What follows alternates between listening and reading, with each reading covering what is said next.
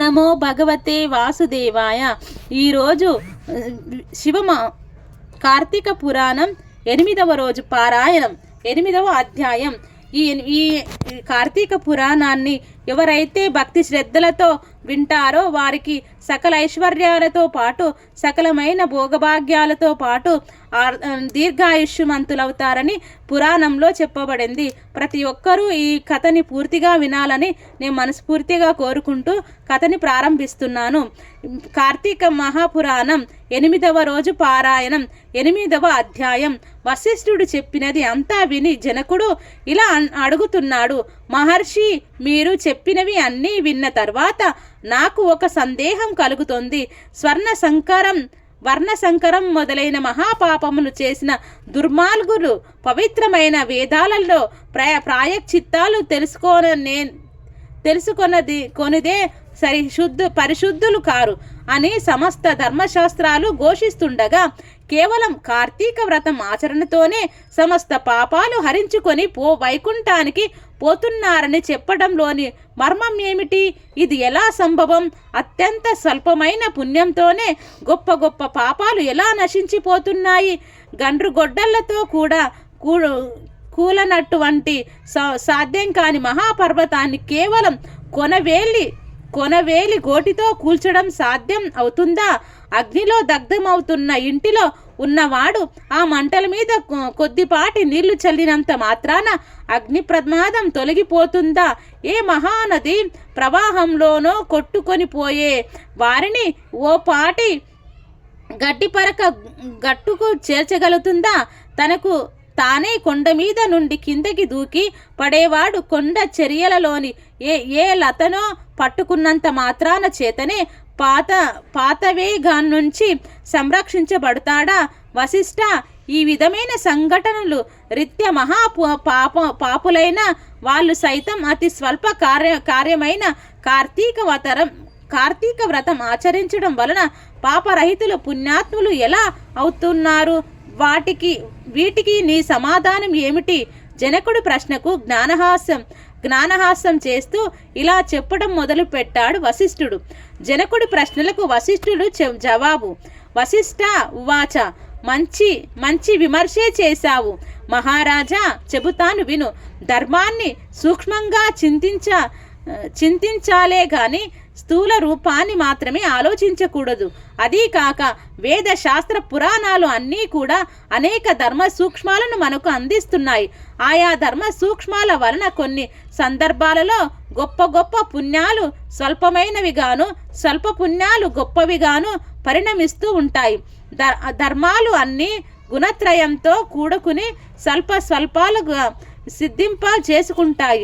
మూల ప్రకృతి అయిన మహామాయ కారణంగానే సత్వరజస్తమోములచే 3 గుణములు కూడా ఏర్పడ్డాయి.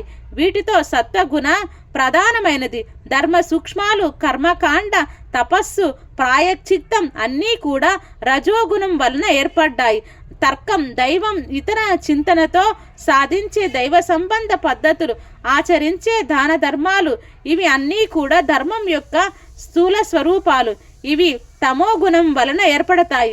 వీటిలో సత్వగుణం ప్రధానంగా ఆచరించే ధర్మాలు స్వల్పంగా తోచినప్పటికీ దేశకాల యోగ్యతల వలన విశేష ఫలాలను ఇస్తాయి.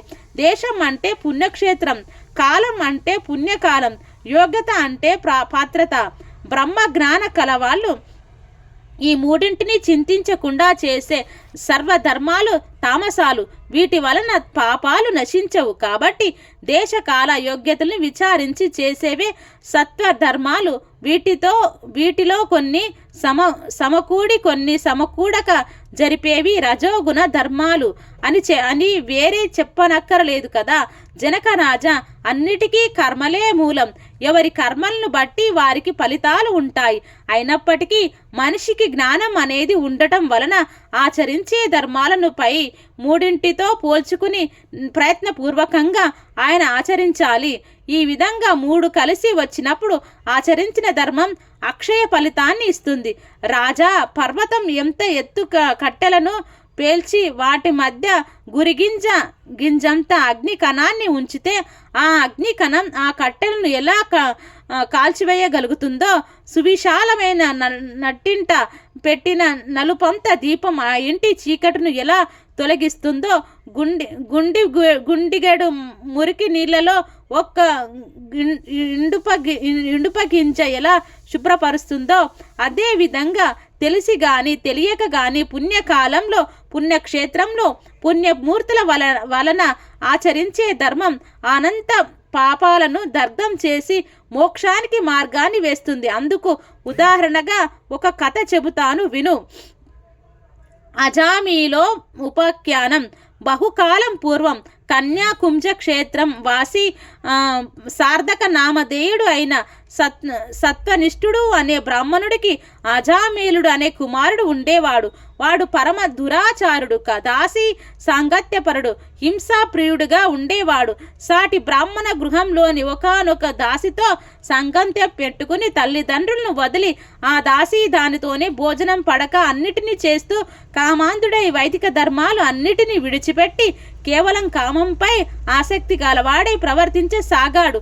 దీనివల్ల బంధువులు అంతా అతన్ని వదిలేశారు, కులం వాళ్ళు వెలివేశారు. అందుకని ఇల్లు వదిలిపెట్టి వెళ్ళవలసి వచ్చిన అజామీలుడు చెండాలపు వాడలోని ఒక దాసిదానితో కాపురం పెట్టి కుక్కలను మృగాలను ఉచ్చులు వేసి పట్టుకునే వృత్తిలో బ్రతికే జనాలలో లీనమై మాంసాలు తినడం అలవాటు చేసుకుని కాలం గడపసాగాడు. ఇలా ఉండగా ఒకరోజు అతని ప్రియురాలు ఆయన దాసిది కళ్ళు త్రాగటానికి తాటి చెట్టు ఎక్కి కొమ్మ విరగడం వలన కింద పడి మరణించింది. అజామీలుడు అమితంగా దుఃఖించాడు. అప్పటికే ఆ దాసిదానికి యవ్వనవతి అయిన కూతురు ఉంది. పాపాత్ముడు మహాకామాంధుడైన అజామీలుడు తనకి కూతురు వరస అని కూడా తలుచుకోకుండా ఆ పిల్లనే వరించి ఆమెతోనే కామభోగాలు అనుభవించసాగాడు. కాముకుడు అయిన అజామీలుడు తన కూతురుతోనే అనేక మంది బిడ్డలను కన్నాడు. కానీ వారందరూ కూడా పసికందులుగా ఉన్నప్పుడే మరణించగా చివరగా పుట్టిన మిగిలిన బిడ్డను నారాయణ అని నామకరణం చేసి అత్యంత ప్రేమతో పెంచుకోసాగాడు. తాను తింటున్నా, నిద్రపోతున్నా, ఏం చూస్తున్నా సరే ఎప్పుడూ అతన్ని స్మరించుకుంటూ నారాయణ నారాయణ అని పిలుచుకుంటూ తన్మయుడు అవుతూ ఉండేవాడు. కాలం గడిచి అజామీలుడు కాలం చేసే సమయం ఆసన్నమైంది. అతడిలోని జీవుడిని తీసుకొని పోవడానికి గాను ఎర్రని గడ్డాలు మీసాలు కలిగి చేతిలో దండపాశాలను ధరించి భయంకర రూపులైన యమదూతలు వచ్చారు. వారిని చూస్తూనే గడగడలాడిపోయిన అజామీలుడు ప్రాణం పోయే సమయంలో కూడా పుత్రవాత్సల్యాన్ని విరమించుకోలేక ఎక్కడో దూరంగా స్నేహితునితో ఆటల్లో మునిగి ఉన్న కుమారుని కోసం నారాయణ, ఓ నారాయణ, తండ్రి నారాయణ అని పలుమార్లు పిలవసాగాడు. ఆ పిలుపు అతని కొడుకుకు వినబడలేదు. అతను రాలేదు.